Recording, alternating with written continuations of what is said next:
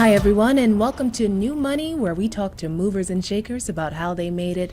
I'm Rosemarie Miller, here with Dr. Heavenly Kimes of Married to Medicine.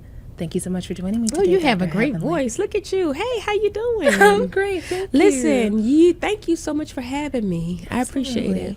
So, Dr. Heavenly, what inspired you to become a dentist?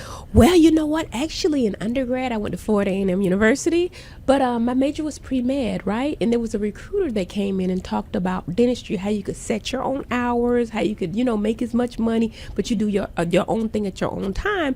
And honestly, I just wanted to be a wife and a mother. I was going to medical school to meet a husband. So dentistry made a better sense for me. Yeah. Is that not what you want to hear on Forbes? You know what? I'm It's not the mad truth. at it. It's the truth, honestly. Yeah. Business and relationships, yeah. And you met him. Yes, I did. My husband, Dr. Damon Kimes, he's interventional pain and personal injury. He's actually quadruple boarded, but yeah, amazing man.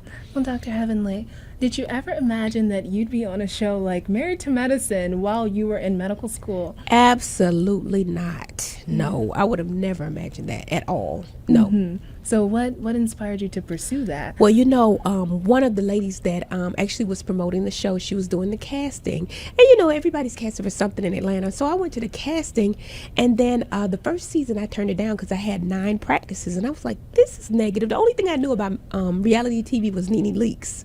So it's like, I could do it, but I don't know if it's going to affect my business.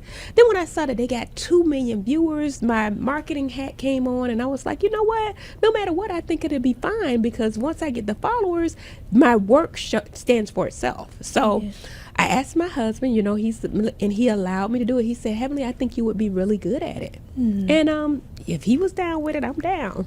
Oh, So that's what it was. My man said I could do it. wifey for That's real. who I am. That's who I am. I'm curious, how did you start these 9 practices you said? How did you start that? How did you get the seed money? Well, what happened was I would always, when I first started, I was scared. I used to run scared. So I used to work 6 days a week, right? And my first practice, I purchased, outright because, and then I took out a loan for it, right? So I would always stack the cash, always have money on the side. And then I would find, initially somebody in dire straits, they were losing their practice, right? They asked me if I wanted to purchase it, right? So I made an offer. I had a full cash offer. They took the money. I was able to build that practice from what it was to about 6 times what it was making. And then from there, people heard about me, and I would take distressed practices and turn them around. So what was it about your practice that made it so different? I think what it was the marketing. It had to be, I think a lot of African Americans know the clinical part of it, but the business part they don't know. I've spent hundreds of thousands of dollars on my business education, hence Dr. Heavenly University. I started at a university to help dentists start and run successful practices, but I've extended it now because so many people ask me, they were like, well, everybody needs the information. So now we have all types of entrepreneurs. We cater to African American women, and we teach them from everything from the rooter to the tutor, starting with mindset all the way to getting a trust and leaving a legacy for your children. And do you feel like, because I ask this question a lot, do you feel like in your gut that dentistry is what you're meant to be doing? Absolutely. That's my first and foremost. All this other stuff is secondary. Dentistry will always be my first and foremost. Yes. Dentistry will always be first. I and love my foremost. career. I change people's lives one smile at a time. Smiles by Dr. Heavenly.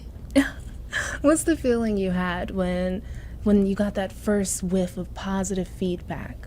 From dentistry, from the show? From Or dentistry. oh, it makes my day. Like, you're changing somebody. I mean, they really do look different.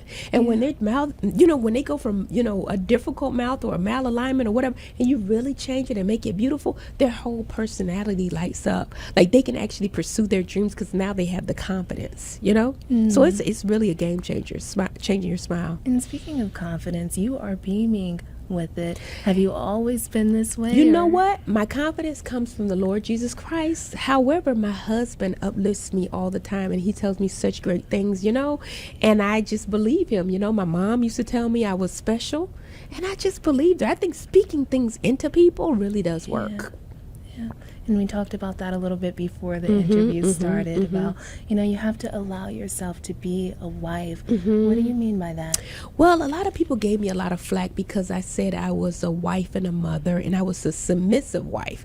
And they take that submissive as something negative, because I'm a powerful entrepreneur and a professional woman. They say, what do you mean submissive?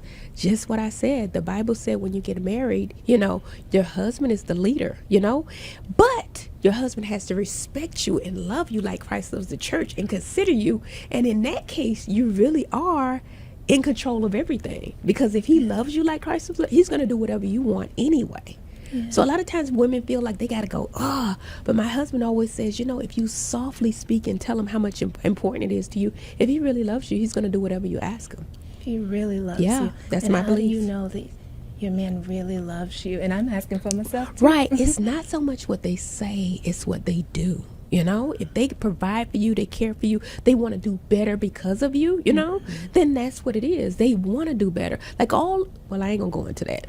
All these men is saying that, the woman should settle for 20% and stuff like that. If they really love you, they want to do better. They want to do something to make their wives look and feel good and take care of their wives. That's my thought. Yeah.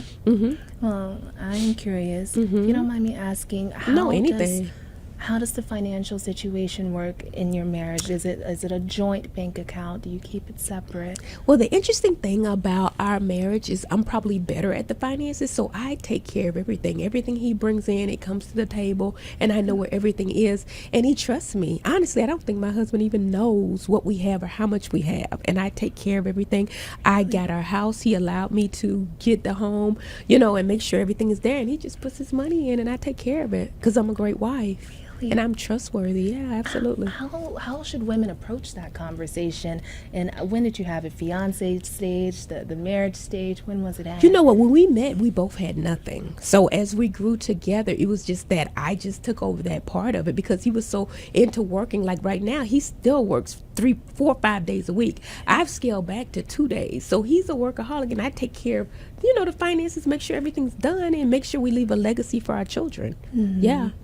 And so I know you believe in being a great wife, how do you split the household duties? Is it, okay, we're calling and we're paying for this, or do you still believe in cooking and cleaning? What was that like? Absolutely. I am a great cook. However, I don't cook that often. What I do is the things that I feel like I should do, I pay somebody to do. Like, I have a chef, I have somebody to clean up, and my husband doesn't do we have somebody come in and clean up, get the garbage, that kind of stuff that you can pay somebody $15 an hour for. We hire somebody. So we don't have, I remember one time when we were young in our careers and very young, and I remember he couldn't find his scrubs, and we had this big blow up about where's his scrubs, and I'm like, where's my scrubs? So my thought was to always make sure everything was done. Even if I don't do it myself, I make sure it's done. You make sure it's done. You see? And you said you had this big blow up.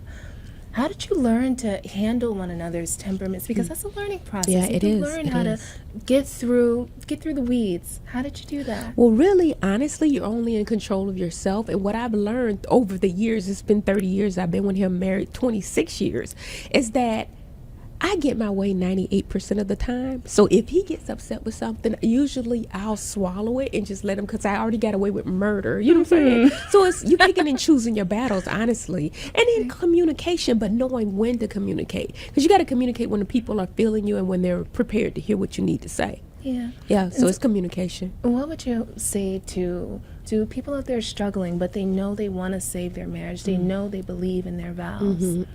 You would tell them, make sure that you, I can't see you doing it without God. So if you don't have that at the forefront of your relationship, and I'm not being cliche, it's just true. You have to pray together. I remember even some of the ladies on our show having issues with their marriage, and I said, have y'all prayed together? And they act like it was something foreign. Like, no.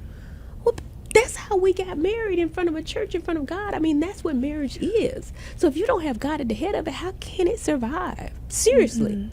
Have you always been Oh. a Christian woman? I mean, absolutely. I'm not a perfect person. I will use profanity now and again. But, you know, at the end of the day, God protects me. And you know what? If I was perfect, there would be no need for Jesus. And he came and died for our sins, so we're good. Dr. Heavenly. Yes. So what piece of business advice would you give to entrepreneurs or even those in the medical field who are thinking about starting their own practice? I think that you need to get with somebody and have a great person to guide you, some kind of a coach, if you will. I have drheavenlyuniversity.com, but if not me, get with someone to help you, because there's so many things, and continuously learn, because there could be one pearl that catapults your business to the next level.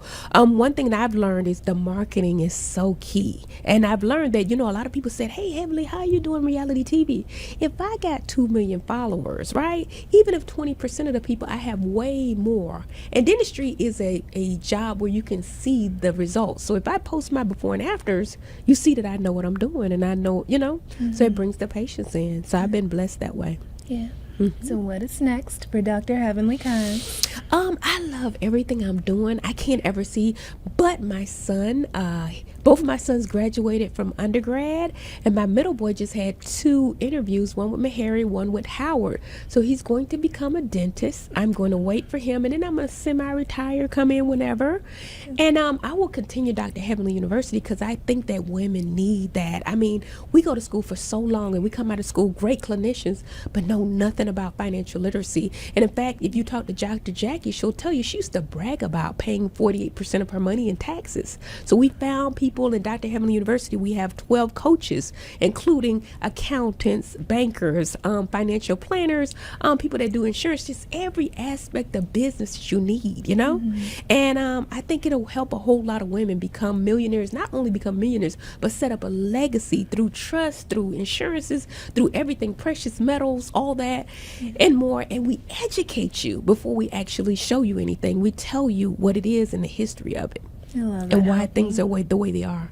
Yeah, you're helping women build generational wealth. That's my calling. That's my calling. That's your calling. Well, I love to hear Howard. I am a proud Howard. Oh, myself. great. Yes. I'm a Meharry grad, Meharry Medical College from Nashville, Tennessee. So I'm pushing my son that way. But yeah, Howard is a great school as well. Oh, yes, it is. Well, thank you so much for joining me today. Thank you. I enjoyed this. Thank you so much. Absolutely.